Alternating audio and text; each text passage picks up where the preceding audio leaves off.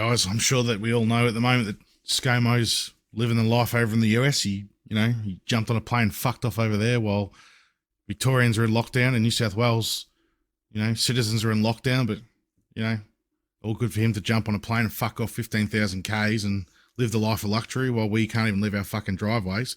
Oh, sorry, we can go 5 kilometres.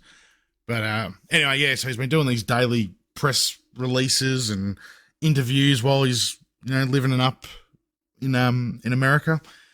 But yeah, yesterday he got thrown a couple of curveballs by an American journalist, which I find very, very interesting because, we don't hear any of this fucking bullshit here in Australia. Our Australian journalists aren't asking these questions or, trying to protect him and Daniel Andrews as they do. But yeah, this American journalist comes out and says there are horrendous videos coming out of Melbourne of police brutality and they're going viral in America. Americans are talking about Australia, and they have been for some months, as an authoritarian dystopia. What do you say to them about Australia? Are you running an authoritarian dystopia or a gulag? That's the question that she asked right there. So yeah, then we see Scott Morrison reply. Of course not. Australia is a country that has seen over 30,000 lives saved through COVID successfully. That has seen our economy come through COVID better than almost any other developed country in the world. We've worked together to produce these outcomes for the benefit of Australians.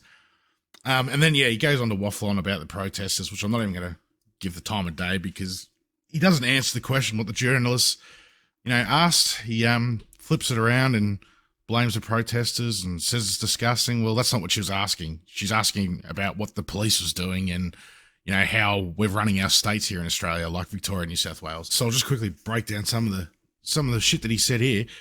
Of course not. Well, how can you even say that? Victoria's been locked down for 240 days, the most locked down city in the world. In the world, first world country, first world city, and we've been locked down the most in the entire world. So how can you say that we're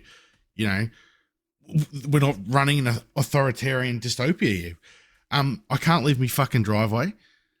You have to be home by 9 p.m. because of their curfew. Like, this is crazy. This is what we see in, authoritarian places like China and North Korea and stuff like that. So that is just absolute rubbish. Having police constantly hassle citizens nonstop. In New South Wales, you had the army going on knocking on people's doors. What the fuck are you talking about? Like, people are seeing the footage, Scomo. You can bullshit all you want. The footage is out there. People are seeing it. Hence why she's asking the question. Australia is a country that's seen over 30,000 lives saved. Well, I don't know what the fuck he's waffling on about there, or where he's getting that data, or how they come up with that number.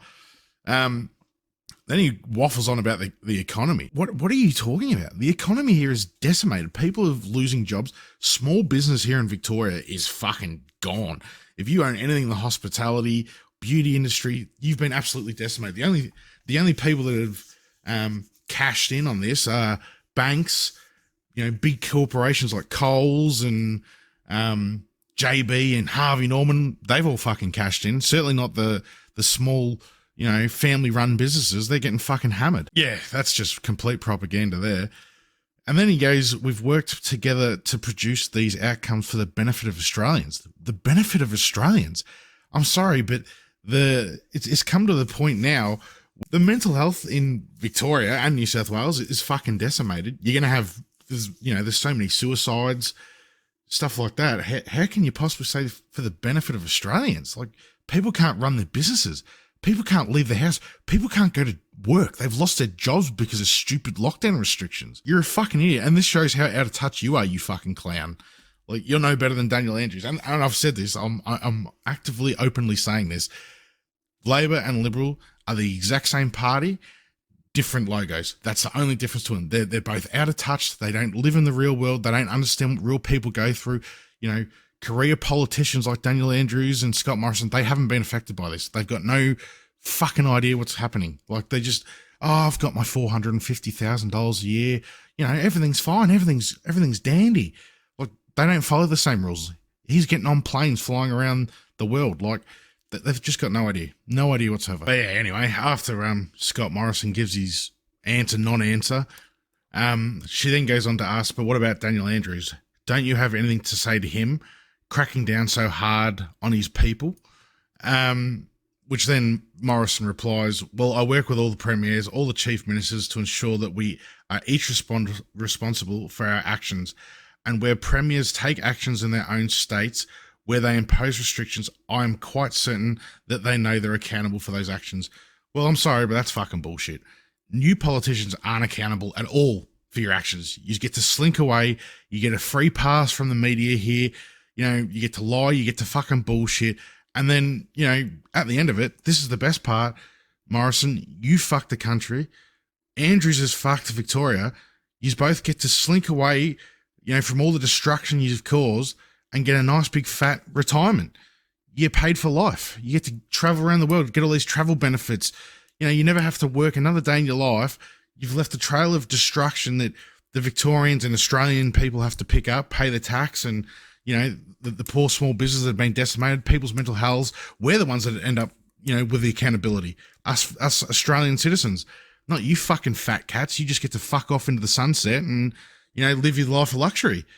You know, you people are fucking sick. You're fucking animals. That's all I can say. You actually make me sick to my stomach, you cunts. There's none of this bullshit that we're in this together. You fucking cunts live one life. Us plebs live another life. And this bullshit has to stop. These career politicians, they need to be held accountable. They need to fucking get done with treason if they've done something wrong. They need to be accountable, go to jail, all that sort of bullshit. This stuff that politicians just slink away in life, it's just wrong. You know, if you fuck up, your head's on the chopping block. But yeah, thanks for watching, guys. Like and subscribe, share it around, get more people, you know, awake on the fucking bullshit that's going on in this country. Yeah, thanks again. I'll catch you next time.